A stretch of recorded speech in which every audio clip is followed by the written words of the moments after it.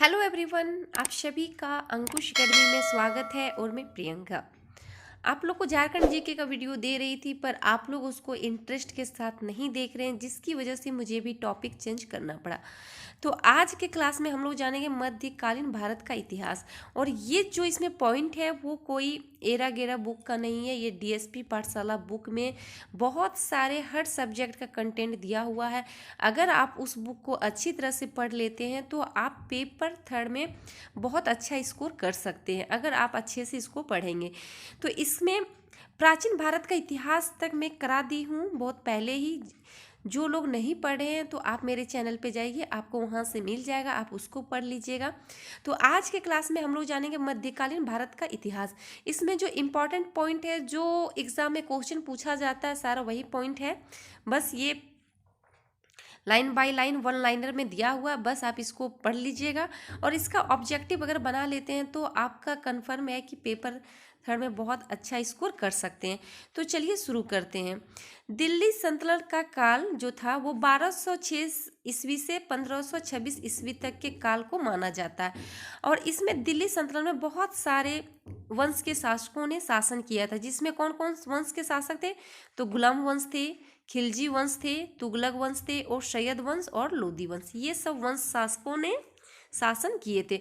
ये लोग का जो समय है आप उस चीज को जरूर देखिएगा, क्योंकि कभी कभी समय भी पूछ लिया जाता है। नेक्स्ट पॉइंट है, गुलाम वंश की स्थापना 1206 ईस्वी में कुतुबुद्दीन ऐबक ने किया था। ये जो गुलाम वंश है इसकी स्थापना किसने की थी? तो कुतुबुद्दीन ऐबक ने की थी। कब? 1206 ईस्वी में।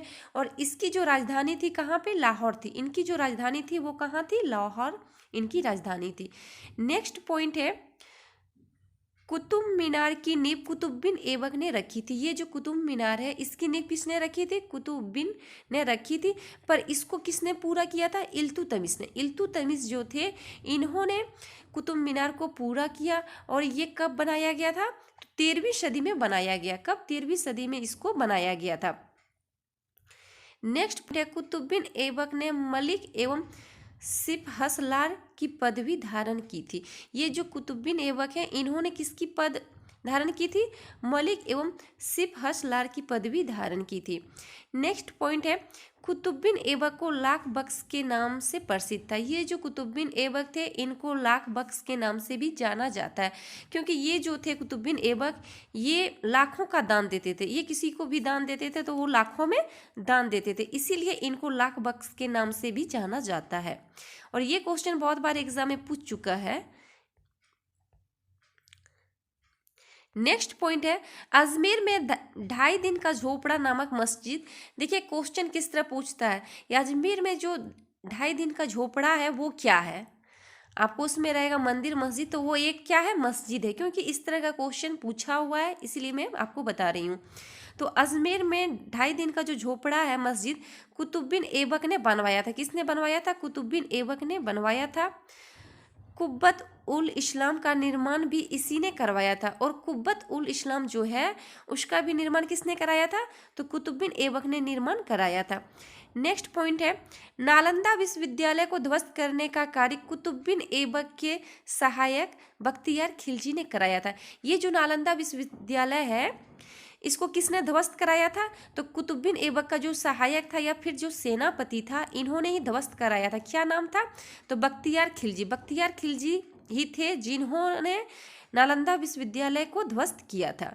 नेक्स्ट पॉइंट है, कुतुबुद्दीन ऐबक की मृत्यु लाहौर में चौगान पोलो खेलते समय घोड़े से गिरने के कारण हुई।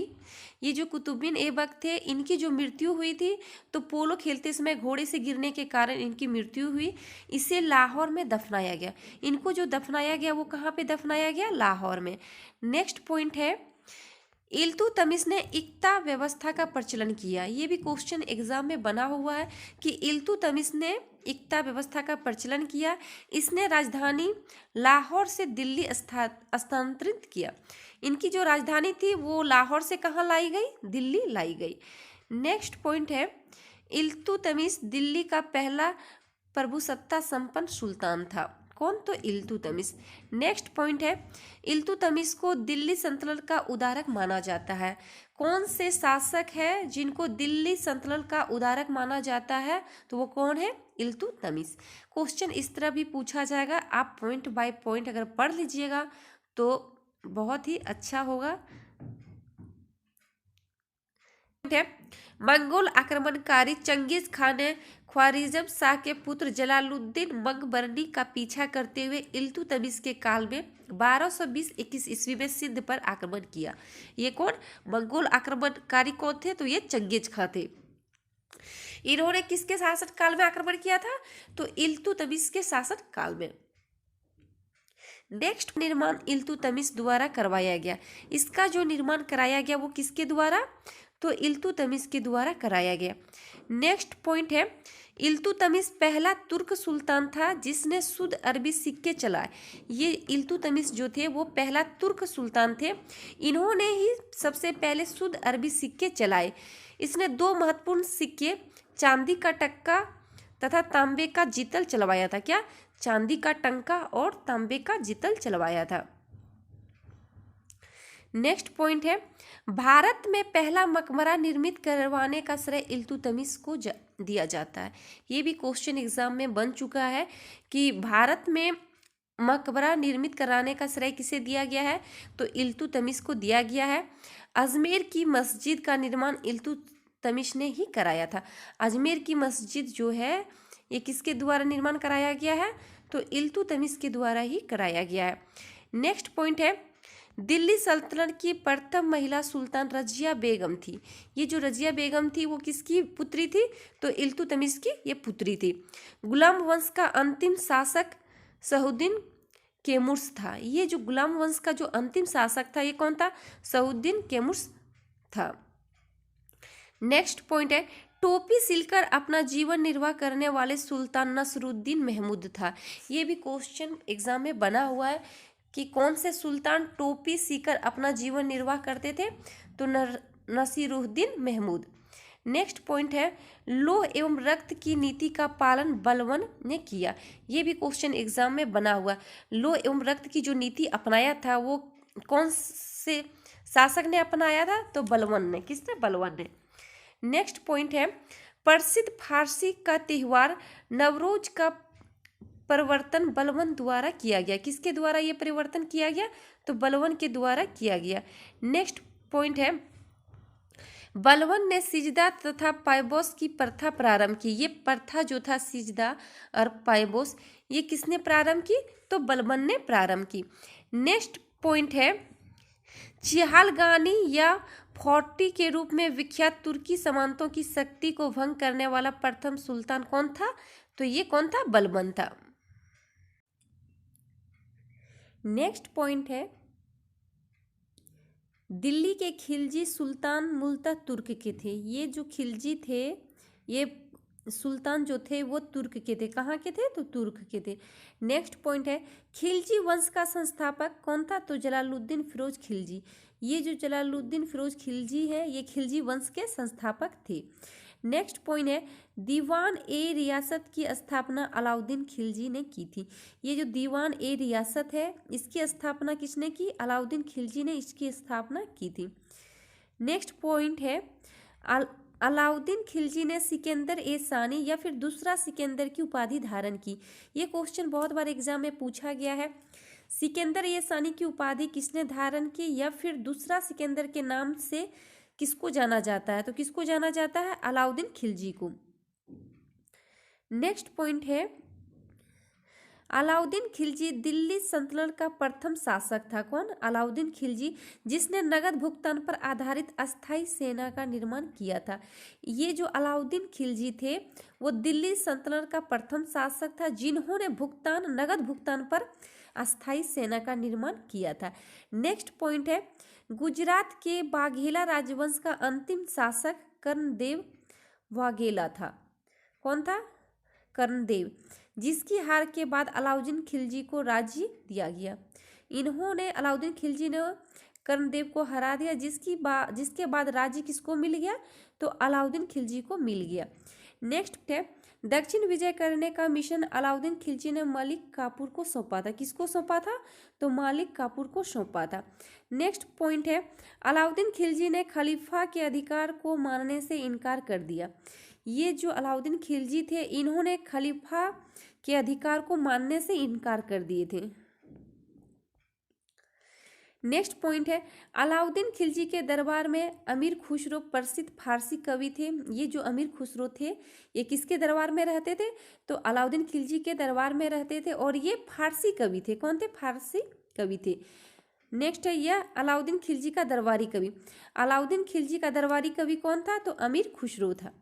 नेक्स्ट पॉइंट है, अलाउद्दीन की महत्ता सिर्फ उनके सैन्य अभियानों के कारण नहीं, बल्कि बाजार नियंत्रण, मूल्य निर्धारण नीति के कारण नेलपुर ने अलाउद्दीन को मध्यकालीन इतिहास में राजनीतिक अर्थशास्त्री के रूप में स्थापित किया है। ये जो मध्यकालीन इतिहास में राजनीतिक अर्थशास्त्री के रूप में किसको जाना जाता है? तो अलाउद्दीन खिलजी। ये किसने कहा था? तो लेनपुर ने। नेक्स्ट पॉइंट है, अलाउद्दीन के बाजार नियंत्रण नीति के अंतर्गत मूल्यों का निर्धारण एक प्रमुख तत्व था। अलाउद्दीन ने दैनिक उपयोग की वस्तुओं की सूची तैयार करवाई और उन वस्तुओं का मूल्य निश्चित किए।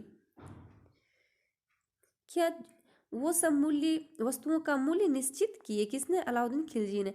नेक्स्ट पॉइंट है, अलाउद्दीन खिलजी को 1 दर्जन से भी अधिक मंगोल आक्रमण का सामना करना पड़ा। ये जो अलाउद्दीन खिलजी है, इन्होंने सबसे ज़्यादा मंगोल आक्रमण करना पड़ा, 1 दर्जन से भी अधिक। सर्वाधिक मंगोल आक्रमण इसी के शासनकाल में हुआ था। किसके शासनकाल में? तो अलाउद्दीन खिलजी के शासनकाल में हुआ है और इससे क्वेश्चन बना भी है एग्जाम में। नेक्स्ट है, घोड़ा दागने एवं सैनिकों की हुलिया रखने की प्रथा की शुरुआत किसने की थी? तो अलाउद्दीन खिलजी। इससे भी क्वेश्चन एग्जाम में बना है कि घोड़ा दागने की प्रथा और सैनिकों की जो हुलिया बदलने या रखने की जो प्रथा शुरुआत हुई, ये किसने की? तो अलाउद्दीन खिलजी ने की। नेक्स्ट पॉइंट है, अलाउद्दीन खिलजी का बचपन का नाम क्या था? अली या गुरसाब। अलाउद्दीन खिलजी का जो बचपन का नाम था वो अली या गुरसाब था। नेक्स्ट पॉइंट है, मुबारक खिलजी स्वयं को खलीफा घोषित करने वाला दिल्ली सल्तनत का पहला सुल्तान था। कौन? मुबारक खिलजी। ये स्वयं को खलीफा घोषित किए थे। नेक्स्ट पॉइंट है, तुगलक वंश का संस्थापक गयासुद्दीन तुगलक या गाजी मलिक या गाजी बेग तुगलक था। तुगलक वंश का संस्थापक कौन था? तो गयासुद्दीन तुगलक तुगलक वंश का संस्थापक था। नेक्स्ट है, गयासुद्दीन तुगलक ने सिंचाई के लिए कुएं एवं नहरों का निर्माण करवाया। किसने करवाया? तो गयासुद्दीन तुगलक। नेक्स्ट है, मोहम्मद बिन तुगलक को पागल बादशाह, स्वप्नशील एवं रक्त पिपासु कहा जाता है। किसको कहा जाता है? मोहम्मद बिन तुगलक को। नेक्स्ट पॉइंट है, सती प्रथा को रोकने का प्रयास करने वाला दिल्ली सल्तनत का सुल्तान मोहम्मद बिन तुगलक था। वह होली में भी हिस्सा लेता था। सती प्रथा को रोकने का जो प्रयास किया था वो दिल्ली सल्तनत का कौन सा शासक था? तो मोहम्मद बिन तुगलक था। नेक्स्ट पॉइंट है, मोहम्मद बिन तुगलक के समय मार्को आत्री इब्न बतूता भारत आया था। इससे तो क्वेश्चन बनता है कि ये जो मार्को के आत्री थे इब्न बतूता, ये किसके शासन काल में आए थे? तो मोहम्मद बिन तुगलक के शासन काल में आए थे। और इनकी पुस्तक रहीला जो है, ये किसकी पुस्तक है? तो इब्न बतूता की पुस्तक है। कौन सा? रहीला। नेक्स्ट पॉइंट है, ब्राह्मणों पर जजिया कर लगाने वाला पहला मुसलमान शासक फिरोज तुगलक था। फिरोज तुगलक जो थे, इन्होंने ब्राह्मणों पर जजिया कर लगाने वाला पहला मुसलमान शासक था। नेक्स्ट पॉइंट है, नसरुद्दीन महमूद तुगलक वंश का अंतिम सुल्तान था। तुगलक वंश का जो अंतिम सुल्तान था वो कौन था? नसीरुद्दीन महमूद। नेक्स्ट पॉइंट है, नासिरुद्दीन महमूद तुगलक के शासन काल में 1398 ईस्वी में तैमूर लंग का आक्रमण भारत में हुआ था। ये भी क्वेश्चन बनता है कि तैमूर लंग का आक्रमण किसके शासन काल में हुआ था? तो नसरुद्दीन महमूद तुगलक के शासन काल में हुआ था। नेक्स्ट है, फिरोज शाह तुगलक ने उत्तर भारत में कई शहरों जैसे फतेहाबाद, फिरोजाबाद, हिंसार, फिरोजपुर और जौनपुर की स्थापना की। इसकी स्थापना किसने की? तो फिरोजशाह तुगलक ने। नेक्स्ट है, दिल्ली सल्तनत के तहत तुगलक वंश के सुल्तानों ने सबसे अधिक समय तक शासन किया। ये जो तुगलक वंश थे इन्होंने दिल्ली सल्तनत में सबसे ज्यादा समय तक शासन किया। कौन? तो तुगलक वंश। नेक्स्ट पॉइंट है, सैयद वंश का संस्थापक खिज्र खां था। ये जो सैयद वंश थे इसके संस्थापक कौन थे? तो खिज्र खां इसके संस्थापक थे। नेक्स्ट पॉइंट है, मुबारक खां ने सर्वप्रथम शाह की उपाधि धारण की। ये जो मुबारक खां थे इन्होंने सर्वप्रथम शाह की उपाधि धारण की। नेक्स्ट पॉइंट है, सैयद वंश का अंतिम सुल्तान अलाउद्दीन आलम शाह था। कौन था? अलाउद्दीन आलम शाह था। नेक्स्ट पॉइंट है, लोदी वंश का संस्थापक बहलोल लोदी था। लोदी वंश का जो संस्थापक था वो कौन था? बहलोल लोदी। नेक्स्ट पॉइंट है, दिल्ली पर प्रथम अफगान राज्य की स्थापना का श्रेय बहलोल लोदी को जाता है। दिल्ली पर जो प्रथम अफगान राज्य की स्थापना है उसका श्रेय किसको जाता है? तो बहलोल लोदी को जाता है। नेक्स्ट है, सिकंदर लोदी ने आगरा शहर की स्थापना की। ये भी क्वेश्चन बनता है। सिकंदर लोदी जो थे इन्होंने आगरा शहर की स्थापना की थी। कब की थी? 1504 ईस्वी में। कब? 1504 ईस्वी में। नेक्स्ट पॉइंट है, पानीपत का प्रथम युद्ध इब्राहिम लोदी और बाबर के बीच 21 अप्रैल 1526 ईस्वी को हुआ। और ये जो पानीपत का प्रथम युद्ध हुआ इसमें बाबर विजय हुआ। कौन विजय हुए? तो बाबर। नेक्स्ट है, दिल्ली सल्तनत की राजकीय भाषा फारसी थी। ये जो दिल्ली सल्तनत है इसकी जो भाषा थी वो कैसी कौन सी थी? तो फारसी भाषा थी। नेक्स्ट पॉइंट है, अमीर खुसरो के गुरु नियामुद्दीन औलिया थे। अमीर खुसरो के जो गुरु थे वो कौन थे? नियामुद्दीन औलिया इसके गुरु थे। नेक्स्ट पॉइंट है, विजयनगर साम्राज्य की स्थापना 1336 ईस्वी में संगम वंशी शासक हरिहर एवं बुक्का ने किया था। ये जो विजयनगर साम्राज्य है इसकी स्थापना 1336 ईस्वी में हरिहर एवं बुक्का ये दोनों भाई थे इन्होंने इस राज्य की स्थापना की। और इसकी जो राजधानी थी वो क्या थी? हम्पी। और हम्पी कहाँ है? कर्नाटक में। नेक्स्ट पॉइंट है, हम्पी के स्मारकों के समूह का निर्माण हरिहर एवं बुक्का नामक दो भाइयों ने किया था। किसने किया था? हरिहर और बुक्का ने। नेक्स्ट पॉइंट है, विजयनगर साम्राज्य के खंडहर तुंगभद्रा नदी के तट पर अवस्थित है। ये जो विजयनगर साम्राज्य है वो किस नदी के तट पर है? तो तुंगभद्रा नदी के तट पर अवस्थित है। नेक्स्ट है, नेक्स्ट पॉइंट है, गोवा को बहमनियों से सर्वप्रथम छीनने वाला प्रथम विजयनगर शासक हरिहर द्वितीय था। कौन था? हरिहर द्वितीय था। नेक्स्ट है, 1420 ईस्वी में इटली यात्री निकोलो डी कोंटी देवराय प्रथम के शासन काल में विजयनगर की यात्रा पर आया था। ये जो इटली यात्री निकोलो थे ये किसके शासन काल में आए थे? तो देवराय प्रथम के शासन काल में विजयनगर आए थे। नेक्स्ट पॉइंट है, कृष्णदेव राय के दरबार में अष्टदिग्गज। ये अष्टदिग्गज किसको कहा जाता है? तो तेलुगु साहित्य के 8 सर्वश्रेष्ठ कवि को अष्टदिग्गज कहा जाता है।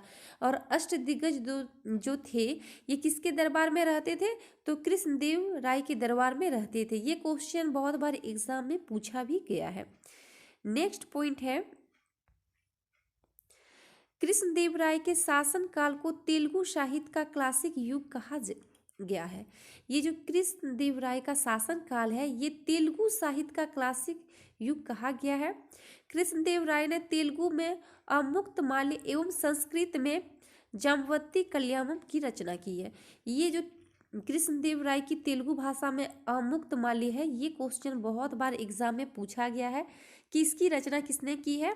तो कृष्णदेव राय ने की है। नेक्स्ट पॉइंट है, कृष्णदेव राय को आंध्र भोज, अभिनव भोज, आंध्र पिता की उपाधियां प्राप्त की थी। ये जो कृष्णदेव राय है इनको आंध्र भोज, अभिनव भोज, आंध्र पिता भी कहा जाता है।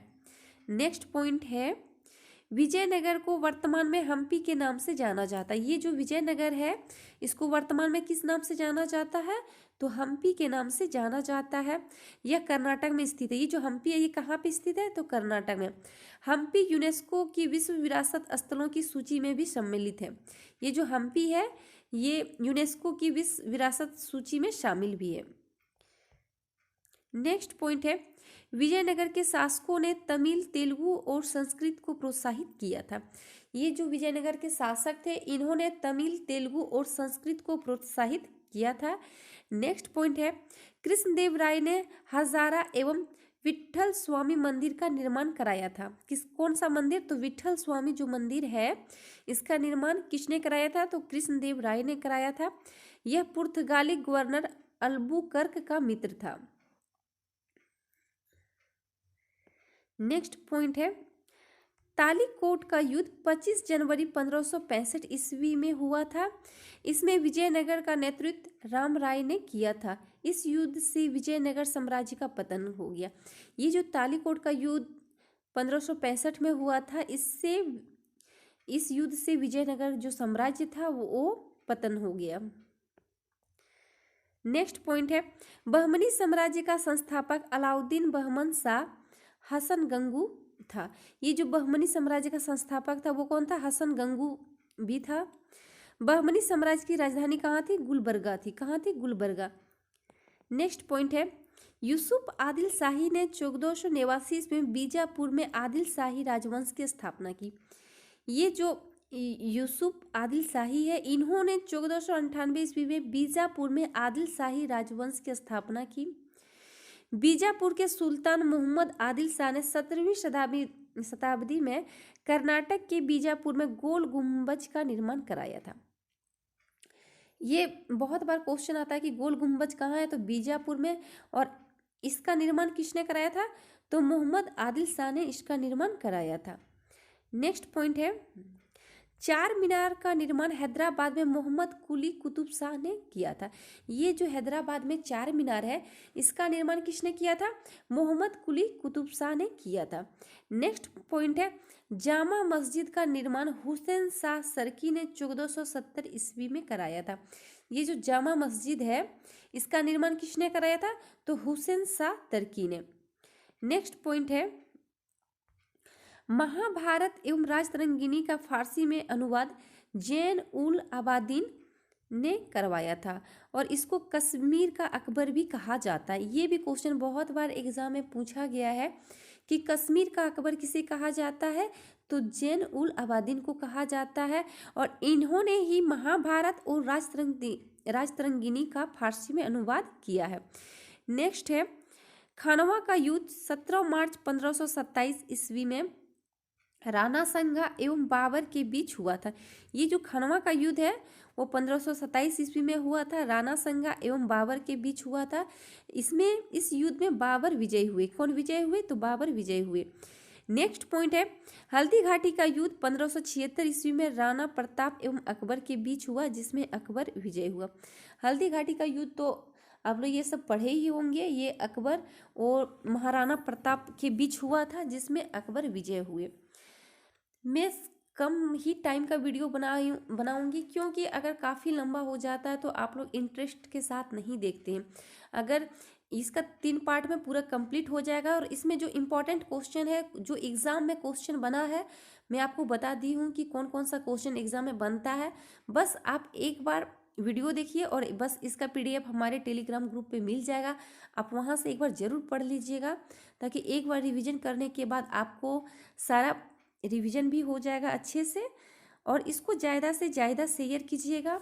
और मेरे चैनल पे जो नए हैं, जिन्होंने अभी तक मेरे चैनल को सब्सक्राइब नहीं किया है, तो आप मेरे चैनल को सब्सक्राइब कीजिएगा, लाइक कीजिएगा और शेयर कीजिएगा। Thank you.